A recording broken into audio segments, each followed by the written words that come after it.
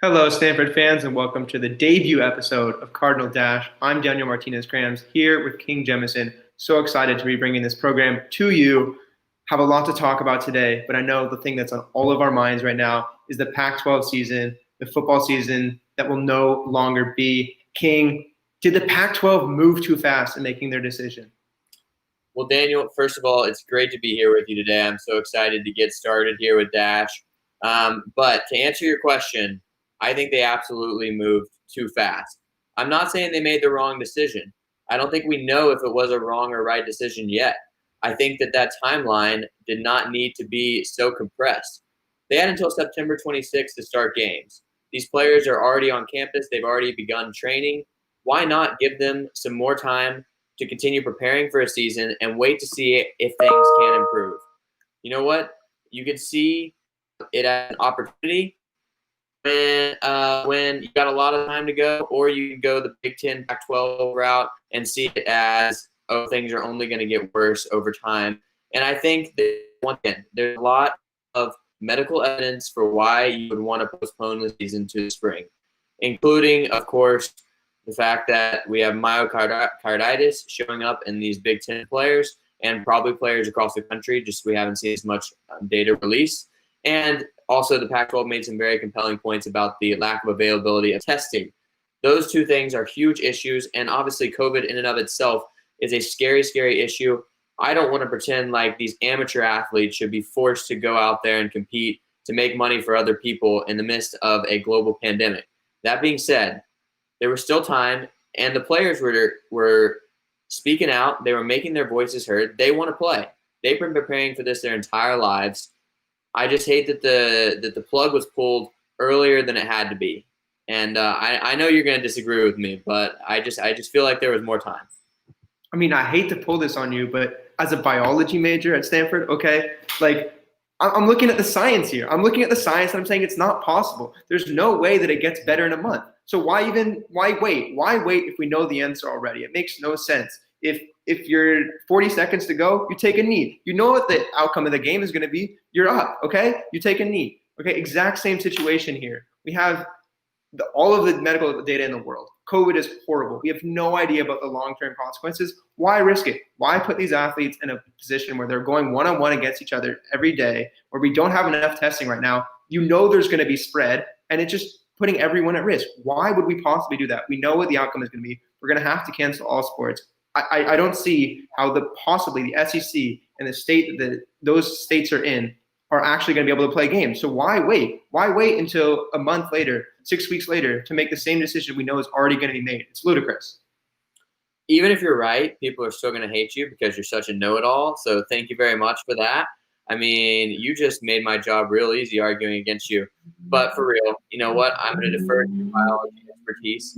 Obviously, this has been the worst situation in perhaps the history of public health in the United States. There's no way around that. But we have seen a path back to sports, a path to the safe return of sports. It's working out in the NBA. It may not be working perfectly in the MLB, but they are continuing through their struggles, and things seem to have stabilized a little bit. And obviously, totally different situation with professional athletes who are getting paid and where the budgets for testing and such are way, way higher. But I still think that there's the possibility we can make it work. And case in point, there are 3 power conferences and other group of 5 conferences that are continuing to push towards a season, and they're looking at the same data. I mean, you know, they may not have the exact same doctors, but those doctors have access to the same information. The myocarditis issue seems incredibly scary. I don't know enough about it to speak to it. I absolutely have no medical expertise. But you have doctors from the SEC, the ACC, and the Big 12 who are looking at it and saying, we've known about this for a while. We don't think it's such a huge issue. We can test for it. If players get it, we shut them down. Personally, that makes me a little uncomfortable, but they're okay with it. I just feel like the power conferences needed to stay on the same position, because now what you're really looking at is the Pac-12 is going to lose significant ground, and they are already struggling. If you look at the college athletic department revenues across the country, there's no Pac-12 team in the top 20, which makes me think that money is certainly a decision for continuing to play, but I also think money is a decision for deciding not to play too. The Pac-12 just doesn't have as much at stake revenue-wise, and so they were not willing to try as hard as they could to put together a season for these players that have worked so hard. I don't think it's trying hard at all. I think the Pac-12 may even gain ground here. They're showing recruits that we actually care about your health. Can you imagine going to a school, you're 18, you're 17, you're getting recruited, and they're saying, you know what, we really don't care about you. We're going to put you at risk. We're going to say, you know what, COVID. And you know what, I'm not exactly as concerned about the myocarditis. You're right. We don't know that much about it, and they're all looking at the same data. I think that was a scary thing you can put in the media, and like that makes sense. This is why we're canceling it. Heart stuff. Everyone takes that seriously. But there's all this other stuff. There's not enough testing. There's not ability to get tests 24 hours before. That's not going to change. The supply, we had 3 months where everything was shut down and we couldn't build up the supply. So what's to say in the next month anything is going to happen? All these saliva tests, everything they're throwing out left and right, new tests isn't the answer. But the answer is more tests, and we simply don't have them. The medical staff is already overtaxed. The Pac-12 mentioned that in their reasoning for shutting everything down. There's no more medical staff to be had. There's no one that's going to be added. There's nobody who's going to be able to test everyone every day. It's just impossible. There's local restrictions. There's all of these things. I don't see how it could possibly change in the next month. It's just, come on. The local restrictions, the lack of testing, the taxing blow that this is having on the Pac-12 medical staff, these are all incredibly compelling reasons. I'm not disagreeing with you. Actually, I do want to highlight the local restriction piece a little bit. I mean, across the Pac-12, the landscape of regulation is dramatically different. I mean, if you look at what they're allowed to do in Colorado or Utah versus what they're allowed to do in California and specifically in Santa Clara County or Los Angeles County, totally different situation. I mean, you're looking at a bunch of athletes that are on campus at these California schools, but they can barely practice. There's currently a rule in Santa Clara County where you can only touch a ball twice before it has to be cleaned. And so that makes it virtually impossible in many sports. And when the athletes are coming back to campus, they're coming back to campus in small groups and not able to interact with their entire team for a while. There's incredible restrictions on the lives of these athletes. It is not an easy situation, and I don't blame anybody for opting out of a COVID-19 season. But if you're going to keep athletes on campus anyway, if you're going to try to find a way to make schoolwork, which obviously we've seen many schools on the West Coast are pulling the plug. They will not have students on campus. You know, I think you just got to give it some more time. And you're right that the testing is not likely to improve dramatically, but it is possible. I mean, these saliva tests are very encouraging. And I think the more that testing becomes mainstream, widespread, which I think that is improving every day in our country, I think the more possible it is to divert more of those tests to athletics and to getting a college season off the ground. Once again, it's an incredible ask. And all I'm arguing for is that these players have worked so hard. They've voiced their concern for wanting to play. Why not just try a little longer? I don't think this decision had to be made in early August. I agree with you that at the end of the day, I doubt there will be any college football played in 2020. And I'm certainly hoping there's going to be a spring season.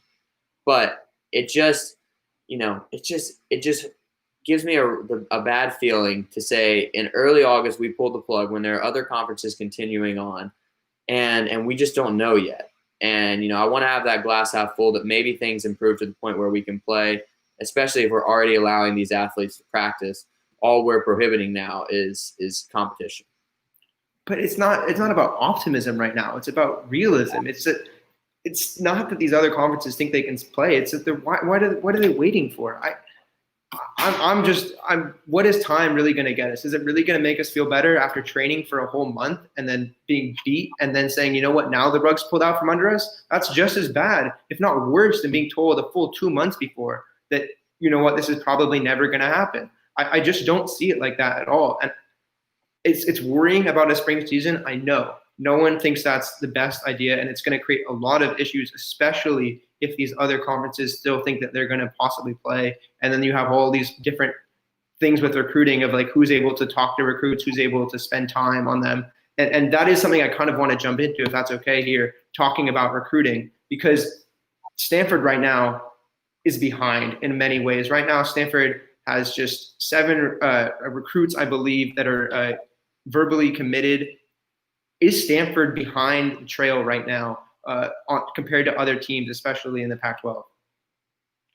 Statistically, yes, they are behind, but I don't think it's time to panic yet. This is kind of the Stanford way with recruiting. Just because of the nature of Stanford admissions and how difficult it is to extend offers for these Stanford coaches, they have to be more selective about who they're offering to. Case in point, Stanford has placed 59 offers to this point for the 2021 recruiting class. I mean, that may seem like a lot, particularly when only a handful of those are or have committed to your school. But if you look at Oregon, they placed 239 offers already. So they're just playing in a different sandbox than Stanford is. And most of these other Pac-12 public schools are going to be in that sandbox as well, where they are more free to give offers to any player around the country. Whereas at Stanford, they simply have to wait to see if the academics are going to line up. Stanford famously says they're the hardest offer to get in the country. They are often at the bottom of number of most offers given out in any recruiting cycle. They're just looking for a really good hit rate. The offers that they extend, they want a significant portion of those guys to commit. And that's where I'm a little more concerned right now, is because, yes, you have some commits so far. You have some good, I think, going to impact players in this program. But still, you've extended 59 offers, and you only have 7 commits right now. I mean, that's not a good hit rate, even for schools that are able to extend more offers. And the worst part about when I look at that is that Derek Wilkins committed to Cal. And we saw that, the D-line prospect. Stanford desperately needs D-line prospects. This is someone who's admitted to Stanford. And it used to be that if someone was admitted to Stanford, they were going. That was it. If they were admitted, that was it. And then Derek Wilkins chooses California. That's absurd. Stanford can't let that happen under their nose. And he cited things like the fact that they're just simply recruiting California better right now, that he had more friends going to Cal. And that's something where Stanford is really struggling. Stanford does not recruit California well at all. And of course, there's a benefit to being a national powerhouse and recruiting all over the country. But if you can't get kids in your own backyard and they're going to Cal, you just lost to in the big game, that's a tough dagger to take. And right now, Stanford isn't doing enough. And the other thing that he cited was that they weren't giving him enough face time. This is someone whose dream school was Stanford, dream school to go to Leland Stanford Junior University, and he didn't go to Stanford. Why? Because they didn't give him enough time. They didn't show him enough love. This is where this recruiting program has completely fallen apart at Stanford. Stanford just isn't doing enough to show these kids that they love them. And it's crazy right now what recruits want. They want their name on Instagram. They want all of these things, but that's what you have to do. And Stanford right now is at a deficit, right? Because their biggest asset is the campus, and right now no one can visit. So that's a huge problem for them. Sure, but now you have to do the work on the outside. You have to be calling these kids every night. You have to be on Zoom with them. You have to be taking them around in a buggy, showing them the little campus. Even if you're not on campus, you can still get the interviews with Condoleezza Rice. You can still get that one-on-one FaceTime that all these recruits want. Stanford is behind. We've seen it so many times in the past, and right now it's a little bit worrying. We've talked a lot, offline about how this Stanford football coaching staff, they don't work the hardest on the recruiting trail. And that's just the way that they operate. David Shaw wants to have good work-life balance. I completely respect that, and I think it's something that is a model for his program, and why coaches want to serve under David Shaw is because they know that he's going to respect their lifestyle. That being said, you're exactly right. In this environment where you can't just bring kids to Stanford, show them the campus, get them into school, and then they're set. Like, there's nowhere else they'd want to go. That's not really the case right now because you can't get them on campus. And it's also not really the case right now because Stanford is falling behind in the Pac-12. I mean, from 2010 to 2019, Stanford football was one of the winningest programs in college football for the decade. Then in 2019, you go 4-8. In 2020, don't know how much better they would have done. We'll see what happens if there is a spring season. This is not so much a recruiting program that's fallen off the map. It's a football program that's fallen off the map right now. And they've really lost their identity. And I think when you're talking about a defensive line recruit who's going to Cal over Stanford, something's wrong there. And it shows that this identity of playing in the trenches, of winning in the trenches that Stanford has built up over years, I mean, they've completely lost that. And that doesn't mean that that's the only route that the program can go. You've had some really talented wide receivers and running backs, these skill position players. You've had really talented quarterbacks to get them the ball. And so, yeah, you can lean into that side of your program, but you still got to get those recruits on the line. And right now, if I'm a top offensive line recruit, I don't know if Stanford's where I want to go. And I definitely would have been all over Stanford in the middle of the 2010s, at the beginning of the 2010s. But now, I mean, it's a program that's not running the ball as well or as much, and does not seem to emphasize the lines in the same way that they used to. But if they're not showing it on the field, which we both agree that they're not, then they have to put in the time offline, right? They have to have those phone calls, because Stanford's model for so long, and David Shaw has said this, has been to say, you know what, we're Stanford. You should want to come to us. But that sitting back recruiting style isn't going to work. People don't want to just say, oh, it's Stanford, I'm going to go there for sure if they offer me anymore. That's not how it is. And it's for a lot of reasons, one of which is the fact that their football team isn't performing up to expectations, and there's questions about the coaching staff, there's questions about past recruiting classes, and questions about how much visibility they're going to get nationally. But there's also questions on the recruiting side. Why can't you do more? Why can't you do the work outside? Sure, coaches should have a lifestyle. They should have work-life balance. But they're also coaches. They're also full-time coaches at Stanford University. Come on, right? Give these kids a phone call. I'm around campus. I see where the coaches live. I don't see them on the phones every day. I want to see them on the phones every day. I want to see them out there. I want to see them showing off. I want to see them on FaceTime. I want them at the Hoover Tower showing me all the views and sights around campus. They're not doing that right now, and it's worrying to me, honestly. You go back to past classes where they were at this point. In 2020, they had 12 recruits committed at this point. In 2018, they had 7. And these are just multiple times. They had much better classes afterwards, and we're not seeing it right now. You know, you have really high expectations for Miami never to work for you, because that sounds miserable.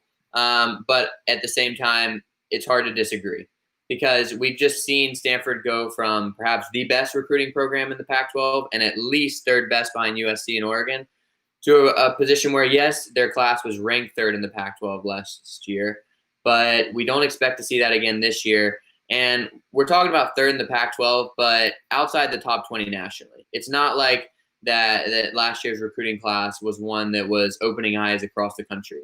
It was very necessary for Stanford to have some positivity after a bad season on the field, to have some positivity on the recruiting trail. But it was a far cry from, say, 2017, where you had a top 15 recruiting class that was, as I've heard described, bangers only. I mean, it was a small class, but it was an unbelievably highly ranked class. At this point, August 17th, 2016, in that class, they had 1 5-star and 2 4-stars already committed. Stanford right now only has 1 4-star. I mean, you see it right there. And that was even before the early signing period, so that you'd expect them to be even later in the cycle. Come on. Well, and if you look at 24/7 Sports, no 4 stars, all 3 stars. The highest ranked player is number 346 nationally. That's Ari Patu, going to be a good dual threat quarterback, but honestly, you don't know if he's a guy who's coming in expected to start at any point in his career. You're just trying to shore up your QB room. They're not getting the high-level prospects that you need to compete at a high level in the Pac-12. Pac-12 may get a lot of hate, but it's still a Power 5 conference. You have a program like Oregon that is becoming a growing recruiting power and is doing to Stanford exactly what Stanford once did to Oregon, winning in the trenches, building a program from the lines outward. And I think it's going to be successful in the Pac-12. If I had to buy stock in any Pac-12 program, it's absolutely Oregon.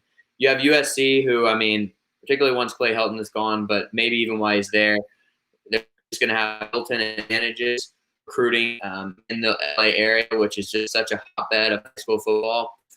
Stanford does not have those advantages, but they have so many more that they can play off. And we've said for a long time, if these coaches would commit to recruiting in the same way as their peers not only do, but are forced to at these other Pac-12 institutions, I think we would see much better numbers.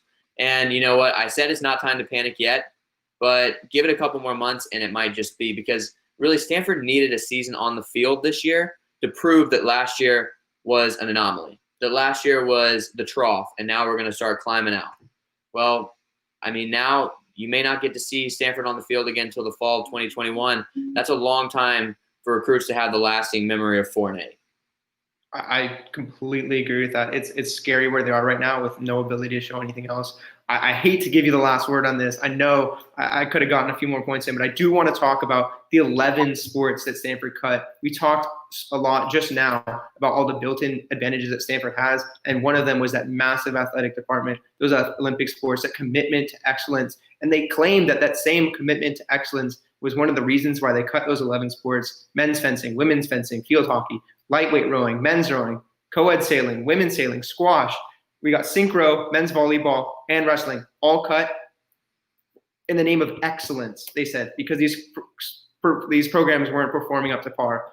What, King, was the real reason that that this decision was made?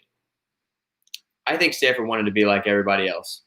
If you look at the other programs with lots of sports, with the comparable level of sports as what Stanford was sustaining for a very long time, it's Harvard, Princeton, Brown. Ohio State is a lone exception, but Cornell, Yale. It's all Ivy League schools that do have very big endowments, very big budgets like Stanford, and so they want to support lots of sports. They want to support athletic excellence across the department. I know all we've talked about is football today, but we know Stanford is not all about football. Stanford's the best athletic department in the nation because of everything else. No offense to the football team. Because of those national championships year in and year out, because of those Directors' Cups year in and year out. And although the sports that were cut weren't necessarily the most successful, they were an integral part of what makes Stanford athletics great, and I just am absolutely gutted to see those go. And it just shows that Stanford is going to be like everybody else. They're just going to be another power conference school that's only going to support football, men's basketball, maybe women's basketball, maybe one or two other sports. But by and large, they're going to put their eggs in the revenue baskets and forget about these other sports that have provided opportunities, entertainment, and really a lifestyle for so many athletes and for so many fans and for so many people in the community for so long. And you and I both follow a lot of Stanford sports, and we know that they have very, very dedicated fan bases beyond just football. It's absolutely spineless of Stanford to cut these sports and not act like it's going to affect the overall community, and to couch it in the language of we're pursuing excellence by getting rid of some of the things that make us excellent in the first place.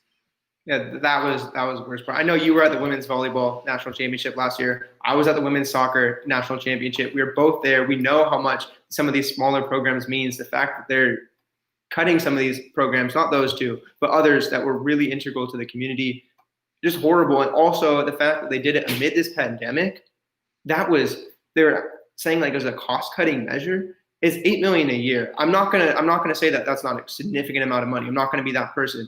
But Stanford didn't reach out to donors. They didn't ask for anybody to possibly step in, which is absurd. We know for sure that Stanford could have gotten those donors. Since then, we've seen a Save Wrestling petition, a Save Men's Volleyball. We've seen all of these people in the community wanting to save these programs, from alums and from people locally and across the nation, just tangentially associated to Stanford. People want to see these sports. They would have provided for these sports to be able to be maintained. And Stanford already had a budget deficit. Stanford was projecting $12 million of loss this year. So their absurd insinuation that they won't let the main campus step in for them is just false, because they were going to have that already. So just the fact that they were going to save a little bit of money doesn't help the fact that they were already losing so much. And now there's obviously going to be a lot more because of the results of this pandemic. That's going to double it to, they say, 25 million. And then we don't even know what happens if there's no football. Yes, sure, there are money considerations, but Stanford pursues excellence. Stanford has $28 billion of endowment, and they're not going to be able to support these 11 sports. Stanford's just wrong here, plainly. You know, riddle me this, Daniel. If Stanford doesn't play sports to make money, then why are you getting rid of these sports that are such a huge part of the athletic department? I think they're really just giving away the game here. It is clear that Stanford wants to be like everybody else, and they want to be a revenue-producing athletic department. And you know what? I don't even think that's realistic. We've been in Stanford Stadium on big game days. And not just big game, but, games against ranked opponents, games where Stanford was ranked facing a ranked opponent. You still don't fill up the stadium. it's not the same level of institutional support as you're going to get at other schools. But I think that was something Stanford has taken pride in the past, is being able to have the most successful athletic department in the nation without having the same kind of capital as your peers. And, it's just, it really hurts that they made this decision now. I mean, this is a time where people need good news, not bad news. This was news that completely blindsided the athletes involved. They're waking up to this news in the middle of a week. And of all things that I expected Stanford to do, I never expected them to cut this many sports. Maybe one or two here and there. Maybe you're trimming the fat, so to speak, to try to make that budget work. I would have never thought they would have gone for a complete cleaning house. And the Stanford community is going to look different from this point forward. I think it's hard to argue that. I mean, you and I both are on campus. I mean, I wish we were right now, but we've been on campus for years. That you see a lot of athletes walking around campus, and they're very integrated into the Stanford community. It is not a school where the athletes are a separate entity from the students themselves. And now you're losing a huge portion of that athlete community, and a portion that I think these are sports that are underrepresented around the nation. Opportunity at Stanford is about as good as it gets. And I think you're going to kill these sports at the grassroots level when now there's far less incentive for these kids playing it in high school and even earlier. I mean, now they don't know that they have that opportunity waiting for them on the other side. And I've been following closely the Save Stanford men's volleyball movement, and I think they've done admirable work. A shout out to everybody working on that project and for all these other sports. And you just look at how the volleyball community has rallied around Stanford men's volleyball, because it's such a huge program, and not just the Stanford community, but the broader volleyball world. It's a big part of what makes USA volleyball successful. And you're getting rid of that because at the end of the day, you just want to be good at football like the rest of the conferences. And you know what? I just can't settle for that. I want Stanford to be different. And it turns out they just want to be like everybody else. Yeah, what makes Stanford better in so many different ways, if that's something I can say here, is that Stanford embraces all of those different types. You get students from everywhere with all these different niche interests. And sure, some of these sports are niche interests, but there are also ways to reach out to the community, which Stanford doesn't do nearly well enough, and that's why we don't see Stanford Stadium filled. That's one thing. Another thing, like you said, Olympic sports are going to be absolutely gutted by this. We need things at the collegiate level. And just what Stanford does differently is that all athletes are housed as freshmen with non-athletes, right? They're integrated, like you were just saying. It's losing a part of Stanford for some pretty horrible reasons. Really frustrating to me, and I'm sure to everyone else that's watching, because everyone who cares about Stanford sports knows that this is not a good move. It was never a good move. Doing it on a Zoom call, doing it with 5 minutes, doing it with just Bernard Muir with no time to react, to ask questions, anything like that. These programs, these kids were gutted. They were so horribly gutted because Stanford made this call in the middle of a pandemic. And it didn't make any sense. And that's why it's so bad. I'm pretty frustrated. And, one bright side I was trying to look for was that, okay, everybody's going to get one more season. You're looking at seniors. They're going to get to finish out their college career. Everybody on campus, I mean, they haven't had the last word yet. But now, I mean, with quarantine and all sports being postponed and real uncertainty about all sports in the academic year, I mean, it's likely that a lot of these sports will never play again. They're just gone. And there was no time to really process that loss. And I think it's going to be something that ultimately Stanford athletics will regret, because I think they're going to lose something that really made them special for so long. And I really hate to see that. And I think we're going to see that it doesn't show more institutional support for sports like football and men's basketball. It just shows less institutional support for athletics overall. And, that I don't think that's going to play well when we're already talking about it's difficult to recruit to Stanford. You read through the student athlete handbook of Stanford, and they have there very clearly that the majority or the plurality of their funding comes from outside sources.